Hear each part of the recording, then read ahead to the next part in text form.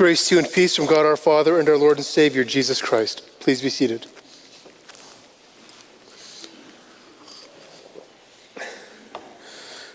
This song, True Colors, has certainly made its rounds, hasn't it? And not just among performers, but it seems to be carving its own niche. Written by Billy Steinberg and Tom Kelly and made popular by the American pop singer Cyndi Lauper and renewed again by Justin Timberlake and Anna Kendrick for the movie Trolls. It seems that I hear this song everywhere I go. It seems to be always on, no matter where I am. And I've never really paid attention to it. But preparing for today, I listened to a few versions of this song, reading through the words, and I realized it's actually not really a romantic song. It's more than that. This song is a recognition of someone's deepest humanity and sees the beauty in someone that they don't see in themselves. Starts off, "You with the sad eyes, don't be discouraged. Oh, I realize how it's hard to take courage. In a world full of people, you can lose sight of it all. The darkness inside you can make you feel so small." When I read that, I immediately thought of John chapter 4. The woman at the well was more than an outsider. Other than being a foreigner, she is shunned by the other women because they know who she is. At least they think they do. They know what she's done and who she's been with. It's hidden, but it's there. But there are implications of abuse. Everyone knows about it and doesn't seem to care, much less do anything about. The fact that she's gathering water in the heat of the noonday sun instead of in the cool of the morning, just like everyone else did, tells us that she wasn't a welcome addition to that community. She had a child, but no husband. So she did what she had to do to survive. And she could hear the mutterings of judgment against her and against the life she led. Her shame seems to cover her, leaving a trail wherever she went. And her failings made others feel superior. As bad as their lives may have been, at least they weren't as bad as hers. And their judgment made her shrink, feel so small, as the song says. Made her shrink from the world that shamed her. Made her shrink from herself, hiding her most intimate aspirations of a better life because she didn't feel like she deserved one. And then along comes Jesus. She tries not to make eye contact with him.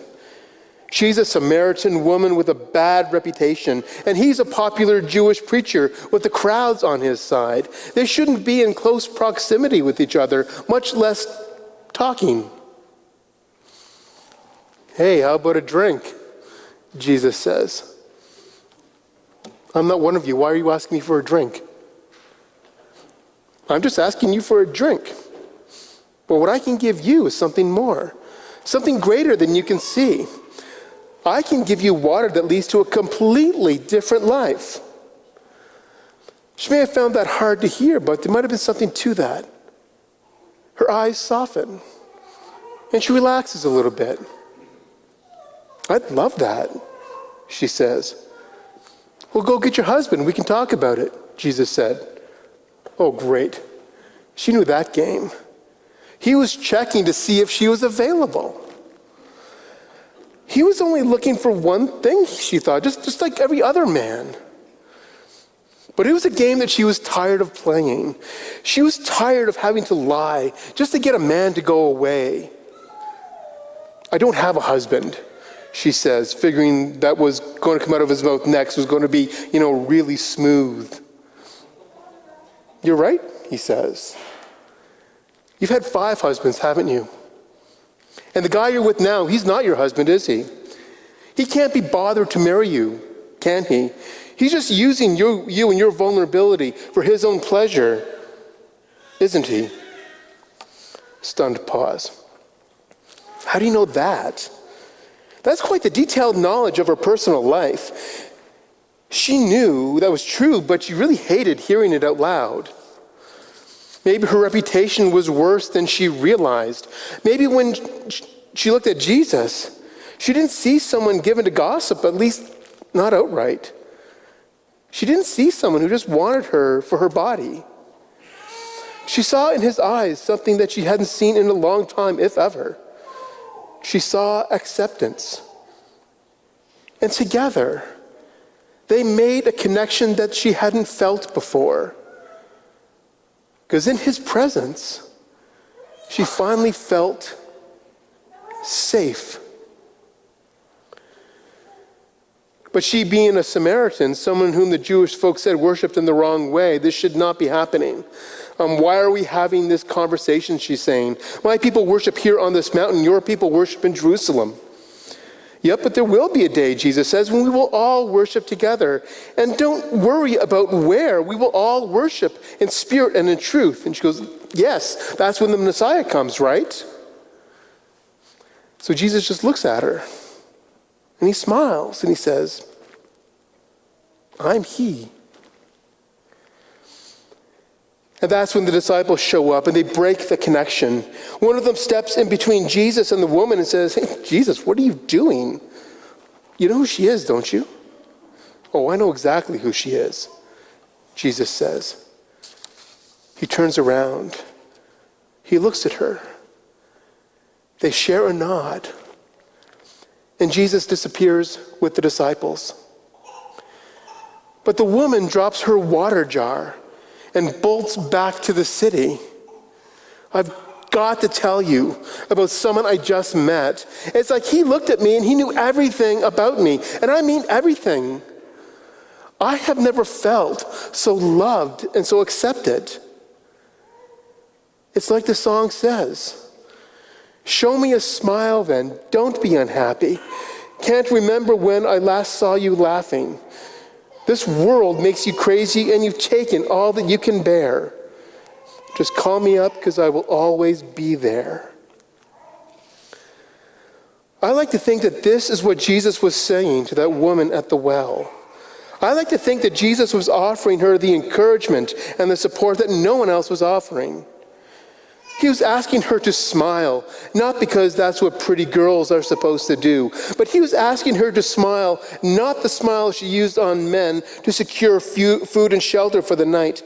He asked her to smile in order to find the joy that she had lost. He encouraged her to laugh, not the empty laughter of a superficial happiness, but the laughter of one who has found purpose in life and a renewed sense of purpose.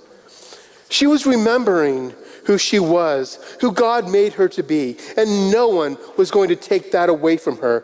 People may shame her, but she rejects that shame. People may tell stories about her, but she belongs in God's story. People may reject her, but God has completely accepted her. In a follow-up to her wildly popular TEDx Houston talk on vulnerability, Dr. Brene Brown, whose work formed the basis for Daring Greatly and Rising Strong classes we had last year, she gave a talk on shame. And she describes shame versus guilt in the transcript to her talk. She says this: shame is a focus on self. Guilt is a focus on behavior. Shame is, I am bad. Guilt is, I did something bad. And she asks, how many of you, if you did something that was hurtful to me, would be willing to say, I'm sorry, I made a mistake? How many of you would be willing to say that?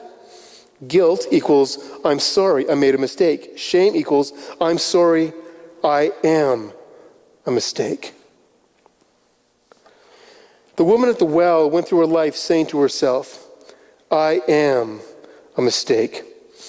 That was the message that she was getting from those around her, a message that formed her core identity. Whether it was the hurtful words of her neighbors, the judgmental silence of those she passed on the street, or the outright rejection of the other women who made her collect water in the heat of the day instead of the cool of the morning, the message she received and internalized within herself was this: I didn't just do wrong, I am wrong. And she opened herself to abuse because she didn't think that she was worth being treated with kindness and respect. The men that used her and then tossed her away. The current partner who couldn't be bothered to marry her like it was done in those days to solidify their commitment. He's no protector. He's no provider. He just takes what he wants and leaves the rest. And because she has been treated so badly over the years, she lets him. That's the only way to support herself and her child. But she's not the only one. Shame has been passed down from generation to generation, century to century, parents to child. Shame has become the bread and butter for folks like me, as religion has become the main purveyor of shame. Religious leaders have used shame to build their empires, or at least to keep their jobs. Many church leaders talk a good game about forgiveness, but much Christianity is about being good or pleasing God, two activities that are inherently impossible, since in the same theological framework, human beings are sinful. For a lot of preachers, God hates us for just being born. And it's only through the punishment that Jesus endured that should have been given to us that then we are made acceptable to God. So we self-identify as sinners rather than as beloved. And the shame spiral just keeps on spinning. If we don't turn our lives around, then we receive God's just punishment. Or so it goes. We still hear this stuff. When one preacher said that Hurricane Harvey hit Houston, it was because God was punishing them for electing a lesbian mayor. Or another high-profile pastor preaches that Hurricane Irma was God's response to same-sex marriage. These are classic examples of religion using shame to hurt people when they are down in order to assert their own worldviews on others. Shame is used to keep people in line. It's used as a form of social control. It's a means of establishing and keeping power over someone. But the thing is, shame does not change behavior. Or if it does, that change is only cosmetic. Behavior only changes to avoid the shame rather than move toward a sense of personal wholeness. Shame only compounds a person's sense of their own self-worth. Shame does not change a person for the better. Shame only diminishes their humanity. Brené Brown goes on to say, shame is an epidemic in our culture. And to get out from underneath it, to find our way back to each other, we have to understand how it affects us and how it affects the way we are parenting. The way we're working, the way we're looking at each other. Because shaming others is born from anger. It's a power grab. It grows from our own internalized shame, and it destroys human potential. Growing up, my dad would get irrationally angry over the smallest infraction. And the words he would use that would come out of his mouth at my brother, they were crazy. He would say, "You are useless. You are," expletive, "useless." And to echo Brené Brown, what he was saying and what I heard wasn't, "You have done wrong," but "You are wrong." It wasn't, "You have done bad," but "You are bad." His words went to identity and not just to actions. And saying that to a little boy certainly affects one's self-worth. And through the years, I would hear those words every time I failed at something, or even attempted to do something that may have been beyond my immediate skill level. I would hear those words, "You are useless." And they would become my self-talk, words that I would say to myself. And looking back, I wonder if I self-sabotaged myself in some areas because I believed myself to be useless or so unworthy of accomplishment or success. But as I grew up and got into this job, and I would hear other people's stories of how their parents' words and actions affected them, and as I would study what would compel someone to parent in such a way, or even talk to another person using such language, I began to realize what my dad was really saying when he got angry. When my dad got angry and he lashed out and he said, "You are useless," what he was actually saying was, "I am useless," meaning himself. He felt powerless, and he tried to act and be powerful to compensate for his own feelings of personal inadequacy. He was operating out of his own internalized shame, a shame that I'm sure was passed on to him from his father and was the product of generations of internalized shame, and tried to pass that shame on to his sons. Because this is how shame destroys relationships, as it spirals through families and communities until that cycle is broken. And when I realized what was actually happening, I saw my dad differently. And now I remember him differently. When I look back at those encounters, when he got really irrationally angry, I don't see a father punishing his son. I see one scared, shame-filled little boy lashing out at another scared, shame-filled little boy. And when I picture that, oddly enough, it's liberating. My feelings and my memories from that time have changed. And I no longer hear or say the word useless when I fail at something or when I attempt something that may be beyond my capabilities.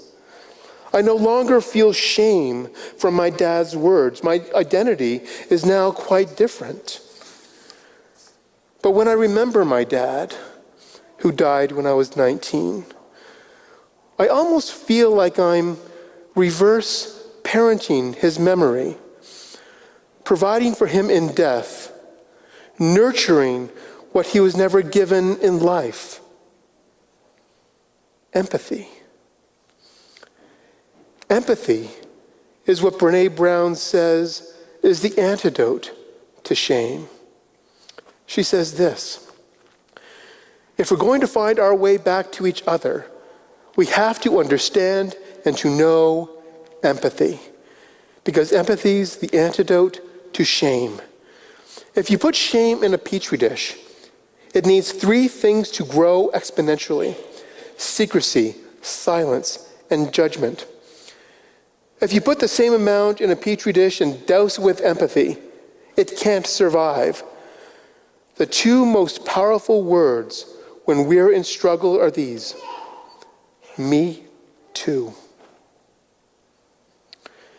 It's that moment of human recognition of another's worth, knowing that none of us are alone, that shame dissolves and self-acceptance emerges. Because as she said in a recent podcast, shame cannot survive empathy. And if you notice, that's exactly what Jesus did with the woman at the well. He offered her empathy. He recognized and affirmed her humanity. He saw her as a person, not as a sinner who needed judgment. In their interaction, it was human to human. Yes, she saw in him the authority of a popular preacher who had crowds on his side. And yes, she saw the power of God alive in him. But in that interaction, it was like Jesus held up a mirror in his face, and she saw her own beloved humanity, her own self-worth, her own true colors shining through. Colors that brought beauty to the world. Colors that showed her just how strong she was. Colors that made her feel that she can be and actually is someone who is worthy of love and of respect. It's like she's hearing Jesus sing these words that she's also singing to herself. I see your true colors shining through. I see your true colors, and that's why I love you. In receiving God's love in Jesus, she learned how to love herself. And from the shame of vulnerability, she found the courage of vulnerability, the courage to show her self-love, her true colors. And from that courage, she found the strength to make the journey toward wholeness. And that's a journey that's worth taking. So don't be afraid to let them show your true colors. True colors are beautiful. I see your true colors shining through. And that's how God sees you. When you come forward today to receive the bread and the wine, the body and blood of Christ, the true presence of Jesus alive among us, you are receiving his compassion. You are receiving his forgiveness. You are receiving his affirmation that you are worthy of being loved. As you eat and drink at the table, God is saying to you, remember who you are, a beloved child of God on the journey toward wholeness. In the bread broken and the wine outpoured, may you see your own humanity, your own self-worth, your own true colors shining through, colors that bring beauty to the world, colors that show you just how strong you are, colors that remind you that you are someone who is worthy of love. Because God sees your true colors shining through, and God is overjoyed by the rainbow that has appeared. And may this be so among us. Amen.